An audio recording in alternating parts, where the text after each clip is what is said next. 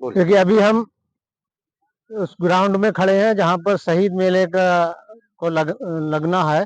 और ये ग्राउंड जो है वो सैत रोड पर नगला में है, जो वार्ड नंबर 24 में आता है। और यहीं पर शहीद मेले का आयोजन होगा और यहाँ वो भव्य मेला लगाया जाएगा, जिसमें हमारे शहीदों के बारे में बताने के लिए एक बहुत भव्य एक स्टेज बनेगी, जिस और आगे पंडाल होगा। दूसरे बहुत सारी दुकानें लगेंगी, बच्चों के लिए झूले हो और वगैरह लगेंगे।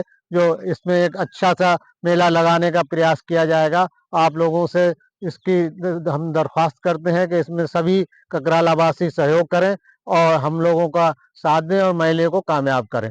सभी लोग इसमें शाम के टाइम से 6 बजे से और रात के 12 से 2 बजे तक ये हुआ करेगा प्रोग्राम। उस टाइम सभी से दरख्वास्त है कि उस मेले में आकर के और पूरा आनंद उठाएं मेले का। और जो यहाँ बता शहीदों के बारे में जो बताया जाएगा उसके बारे में ज्ञान हासिल करें। और दूसरे जो तरह तरह के दूसरे प्रोग्राम होंगे, मुशायरा भी होना है और कठपुतली का शो भी होना है।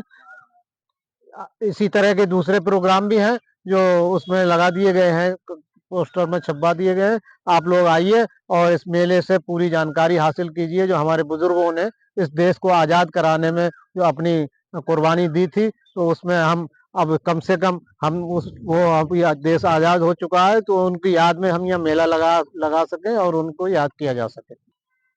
ये एक बहुत बड़ा मैदान है जिसमें मेला लगाया जाएगा।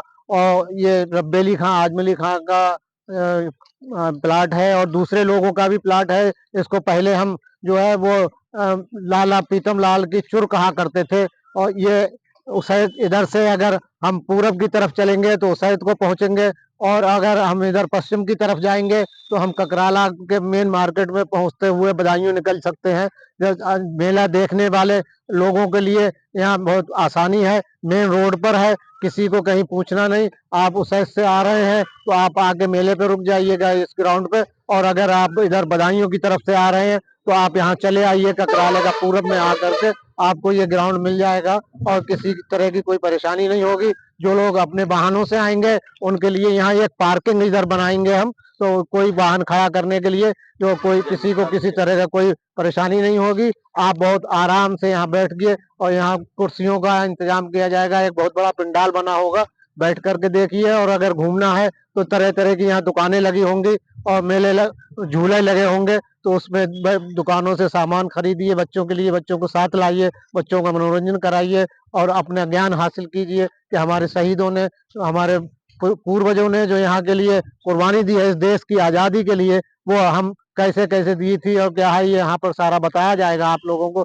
जो आप लोग सभी लोग नहीं जानते हैं जिसके बारे में। तो आप आइए, तो आपका खैर मकदम है, स्वागत है, आप आइए और यहाँ मेले का लुत्फ लीजिए। अजीत सिंह यादव, कांग्रेस का जिला अध्यक्ष हूँ और अभी मैं ककराला में हूँ। यहाँ शहीद मेला लगने जा रहा है 8, 9 और 10 मई को हम यहाँ आए हैं। ककराला में 400 से ज़्यादा लोग शहीद हुए प्रथम स्वतंत्रता संग्राम में भारत के, और ये हमारे लिए एक बहुत ही अहम जगह है ककराला, जिनकी वजह से आज मुल्क आज़ाद हुआ है।